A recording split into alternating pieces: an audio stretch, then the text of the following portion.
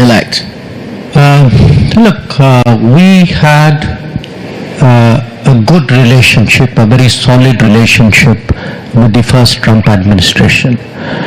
Yes, there were some issues, mostly trade-related issues, but there were a whole lot of issues on which actually President Trump was very international, he was very forward-leaning, and I remind people that it was actually under Trump that the Quad was restarted.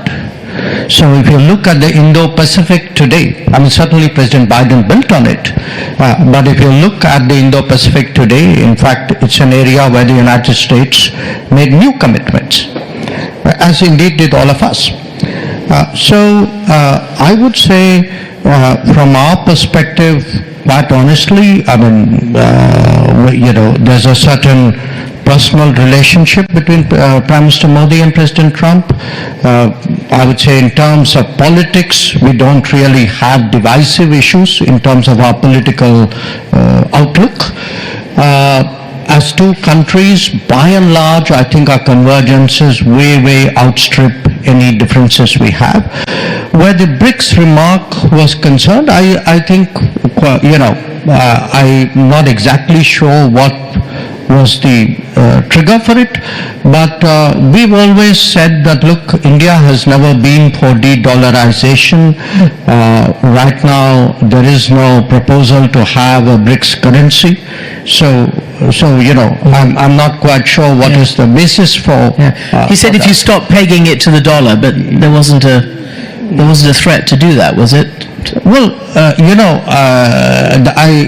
the BRICS do discuss financial transactions, but certainly where India, the BRICS doesn't, each country doesn't have an identical position on this. But where India is concerned, certainly, look, the United States is our largest trade partner, and we have no interest in weakening the dollar at all. But I just want to make one remark on come back to the Middle East. The core issue undoubtedly is Palestine and Israel's relationship. How do they reach a modus vivendi? There's a larger issue side by side, which is the widening of this conflict, which is also a major concern. Today we have, I don't want to say we normalized it, but the fact is 2 years ago, the prospect of Israel and Iran actually firing at each other would have been appalling. It's something which we couldn't have even contemplated. And yet it's happened. If you look at what's happening in the Red Sea and the impact for shipping in Asia, it's huge. So I think, there are different challenges, layers of them. But just like the journalists who sat on these chairs before us told us, look, it's a tough world, very difficult, but we journalists have to do our job. Yeah. I think similarly, diplomats of the world have to tell themselves, it's a messy world, it's terrible, there are conflicts, but therefore there's all the more reason for diplomats of the world to step forward. And that era, which we saw in the 60s and 70s, which is either the Security Council managed it, or a few countries, mostly the major powers did it. I think that era is behind us.